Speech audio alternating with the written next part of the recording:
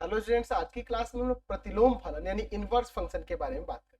चलिए, सबसे पहले अगर मैं फलन की बात करूं तो फलन के लिए मैंने बताया था कि फलन जो होता है एक नियम होता है जिसके तहत एक समुच्चय से दूसरे समुच्चय में, पहले वाले समुच्चय से दूसरे समुच्चय में इसके हर एक अवयव अद्वितीय तरीके से दूसरे वाले समुच्चय के अवयव के साथ जुड़े रहते हैं, संबंधित रहते हैं उस नियम के तहत। तो उसे हम लोग क्या कहते थे? फलन कहते थे। और अगर फलन कोई हो रहा हो ए से बी में तो उसको इस तरह से लिखते थे। यहाँ पे एफ जो है फलन है ए से बी में, समुच्चय ए से बी में। इसका मतलब क्या हुआ कि ए समुच्चय के जितने भी अवयव होंगे वो बी के अवयवों के साथ अद्वितीय रूप से जुड़े होंगे, संबंधित होंगे उस नियम के तहत। तो उसे हम लोग क्या कहते थे? फलन कहते थे। अब हम लोग बात करने वाले हैं प्रतिलोम फलन यानी कि इनवर्स फंक्शन की। क्या होता है प्रतिलोम फलन? प्रतिलोम यानी कि उल्टा उसका, है ना, इनवर्स उल्टा उसका। तो क्या होता है, चलिए मैं इसकी पहले परिभाषा देता हूं और फिर मैं आपको समझाता हूं। यहाँ पे मैं मान लेता हूं कि माना एफ ए से बी एक फलन है। ए से बी में क्या है? आपका एक फलन है, फंक्शन है। यदि एक नियम इस प्रकार प्राप्त हो सके कि बी के प्रत्येक अवयव, समुच्चय बी के प्रत्येक अवयव y समुच्चय ए के प्रत्येक अवयव, जो प्रत्येक अद्वितीय अवयव लिख देते हैं, प्रत्येक अद्वितीय अवयव x से संबंधित हो, जहां y किसके इक्वल हो? fx के। तो इस नियम को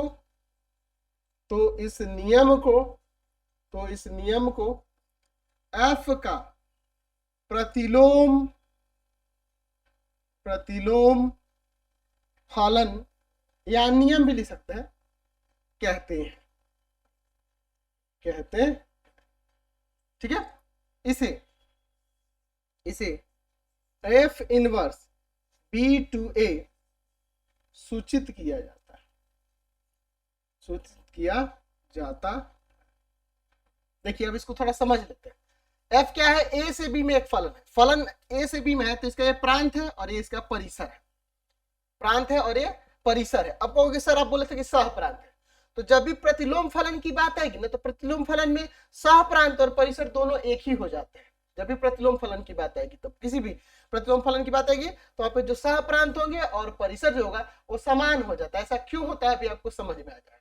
तो ए से बी में यह एक फलन है, तो ये इसका प्रांत है और इसका परिसर का यह सह प्रांत है। ठीक है, क्योंकि दोनों इक्वल हो जाता है जब भी प्रतिलोम फलन की बात आएगी। तो एफ ए से बी में फलन है यदि एक नियम, कैसा नियम है जी?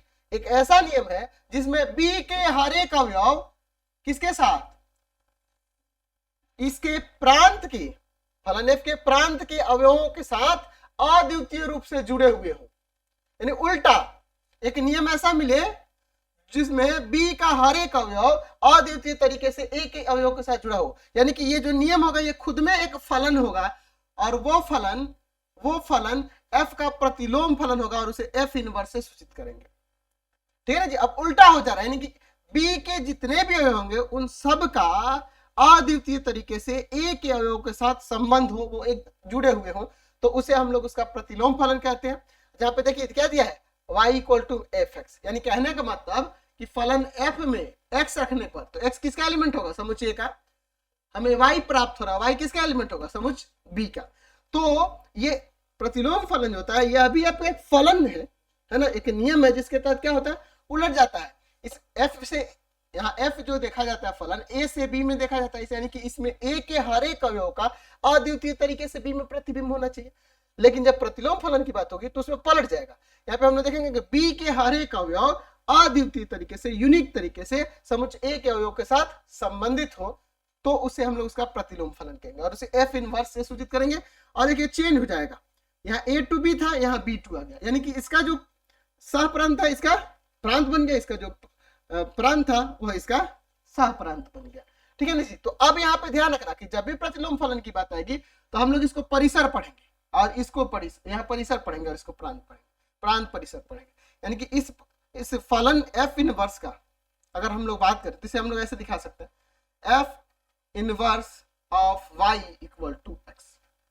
y equal to F X है ना जी, जब y equal to F X दिया है तो हम लोग f को इधर ले लिए, तो f inverse of y equal to X. कहने का मतलब क्या है, इसका मतलब क्या है उसको ध्यान नहीं दो, इसको ध्यान दो। इसका कहने का मतलब है कि f इनवर्स जो फलन है इसके अवयव y को रखने पर हमें प्रतिबिंब मिल रहा है x। प्रतिबिंब क्या मिल रहा है, x। तो वही यहाँ परिभाषा में भी है कि b के वो नियम क्या होता है, ये जो नियम है ये क्या है कि b के हर एक अवयव y के लिए समुच्चय a के प्रत्येक अद्वितीय अवयव x से संबंधित होना चाहिए। तो वही चीज यहाँ पे भी हम लोग दिखा रहे हैं, ठीक है। तो हमने यहाँ पे देखिए कि फलन f का जो प्रांत था वह f इनवर्स का परिसर है। अब कहोगे सर सह प्रांत, नहीं हम समझाएंगे सह प्रांत और परिसर समान क्यों हो जाता है, अभी आपको क्लियर हो जाएगा। और f का जो परिसर है, f का जो परिसर है वह f इनवर्स का प्रांत हो जाएगा, f इनवर्स का प्रांत हो जाएगा, उल्टा हो जा रहा है इसमें, ठीक है। यहां तक क्लियर हुआ। अब देखिए इस कंसेप्ट को समझते हैं, इसका मीनिंग क्या है, इसका सही निष्कर्ष क्या निकलता है। मान लीजिए मैं यहां पर एक फंक्शन देता हूं a से b में, यहाँ अवयव 1 2 3 4 a b c। यहां हम देख रहे हैं कि ये जो है a से b में एक फलन है, a से b में एक फलन है।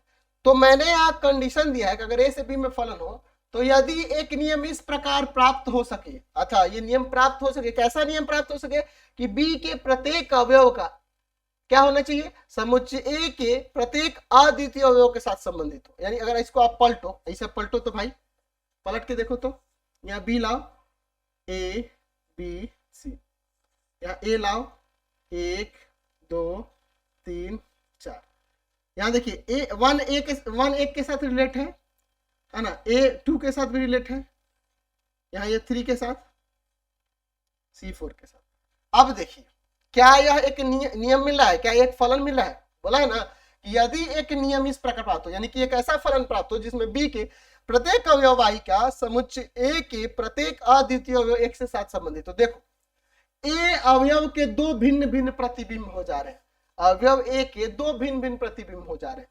तो ये तो आपका फलन था, लेकिन ये आपका फलन नहीं मिल रहा है, एक नियम नहीं मिल रहा है। यानी आप परिभाषा में देख रहे हैं कि एक ऐसा नियम मिलना चाहिए जिसमें इस वाले समुच्चय के अवयवों के हर एक के अद्वितीय तरीके से इसमें प्रतिबिंब मिलने चाहिए, तभी जाके वो क्या होगा, उसका प्रतिलोम फलन कहलाएगा। तो यहां देखो नहीं मिल रहा है।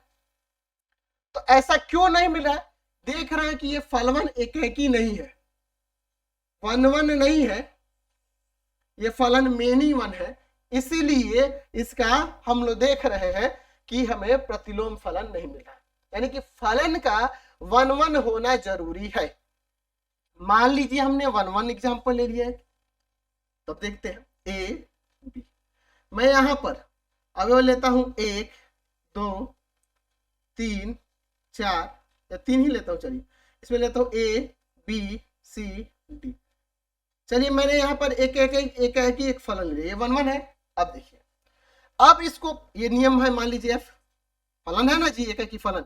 अच्छा मैं यहाँ B2A में देखता हूँ, B2A में देखता हूँ A B C D, यहाँ पर 1 2 3, 1 का प्रतिबिंब इसके अकॉर्डिंग चल रहा है, मैंने रिलेट कर दिया B2A में। अब देखिए क्या ये तो फलन है, क्या एक फलन है, नहीं है, क्योंकि देख रहे हैं कि फलन होने के लिए B से में हर एक अवयव का होना चाहिए। यहाँ भी परिभाषा देख रहे हैं कि ऐसा नियम होना चाहिए जिसमें B के प्रत्येक अवयव, तो अवयव D का इसमें प्रतिबिंब कहाँ मिल रहा है, नहीं मिल रहा है। तो यहाँ पे हमें ध्यान देना होगा कि ये फलन जो है हमें देखने को मिल रहा है कि अनटू भी नहीं है। देख लो D का पूर्व प्रतिबिंब इसमें नहीं है, इसके सहप्रांत B के अवयव D का इसमें पूर्व प्रतिबिंब नहीं है, तो इसलिए ये फलन अनटू नहीं है, ठीक है। और जब अनटू नहीं है, वन वन नहीं है, तो उसका प्रतिलोम फलन नहीं निकाल सकते। तो किसी फलन का प्रतिलोम फलन तभी निकाल सकते हैं जब वो फलन वन वन होगा और अनटू भी होगा। तो एक एक कंसेप्ट मिला हमें, इसका भी हम लोग प्रमाण अगले वीडियो में देखेंगे कि एक ही आच्छादक फलन का ही सिर्फ प्रतिलोम फलन होता है, बाकी फलनों का नहीं हो सकता है। तो अगर फलन एकाकी और आच्छादक दोनों है तभी उसका हम लोग प्रतिलोम फलन प्राप्त कर सकते हैं। तो यहाँ से एक ही कंसेप्ट मिला, इसका भी हम लोग प्रमाण अगले वीडियो में देखेंगे, ठीक है।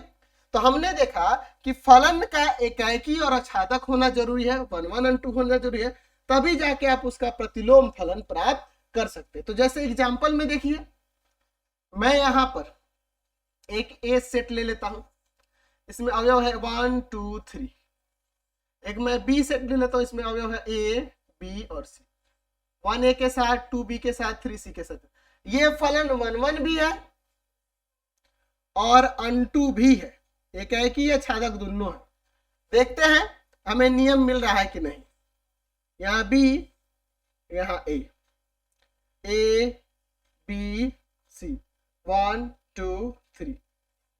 देखिए तो इसको पलट के लिखे वहां पे, तो हमें एकदम ऐसा फलन मिल रहा है। हमें एक ऐसा नियम मिलना चाहिए जिसमें बी का हर एक अवयव ए बी सी यहाँ है, अब समुच्चय ए के एक अद्वितीय अवयव, यूनिक तरीके से ना अवयव के साथ संबंधित हो, तो हमें यहां से इस फलन का प्रतिलोम फलन प्राप्त हो जाएगा।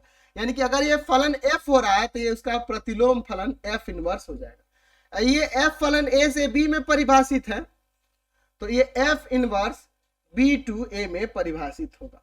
अब देखिए, चूंकि हर एक अवयव हर एक इधर के अवयव के साथ रिलेट हो जा रहा है, तो इसमें कुछ एक्स्ट्रा नहीं बचेगा।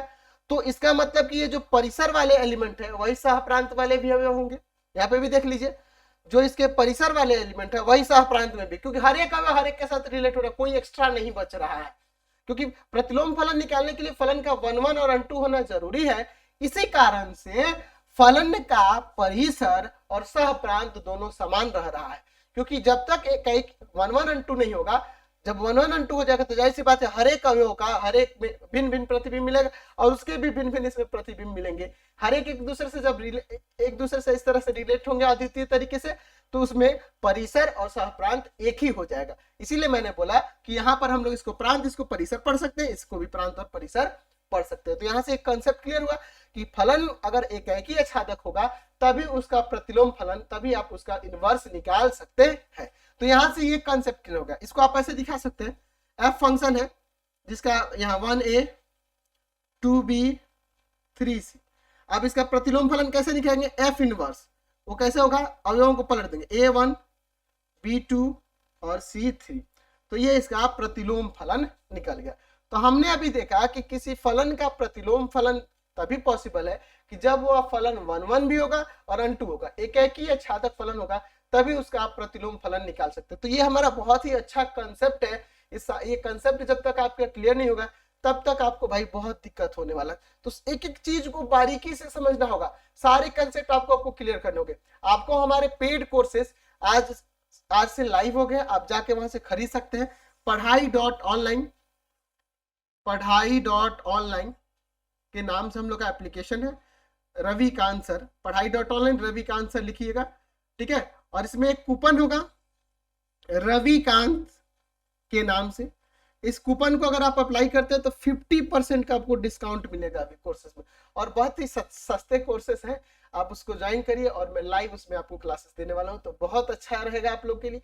जल्दी से जाइए, कोर्सेज को परचेज करिए और अपने क्लासेस को ज्वाइन कीजिए। ये बस शुरू के 1000 स्टूडेंट्स को ही ये ऑफर चलेगा, ठीक है। और इसी महीने तक ये ऑफर है ना, अप्रैल में ये 30 अप्रैल तक ही ऑफर रहेगा। उसके बाद आपको पूरा पैसा ज्वाइन करने के लिए देना पड़ेगा, ठीक है। तो जल्दी से जाइए। आप मंथली भी ज्वाइन कर सकते हैं, आपको फीस बहुत कम है, मंथली भी आप जाके वहां पे ज्वाइन कर सकते हैं। 1 महीने का बहुत कम चार्ज रखा है, बिलो 100 रुपीज है। तो कितना सस्ता कोर्सेस, और मैं आपको एकदम अच्छे तरीके से कंसेप्चुअल तरीके से पढ़ाने वाला हूँ। तो जल्दी से जाइए, कोर्सेस को परचेज करिए और अपने क्लासेस करिए।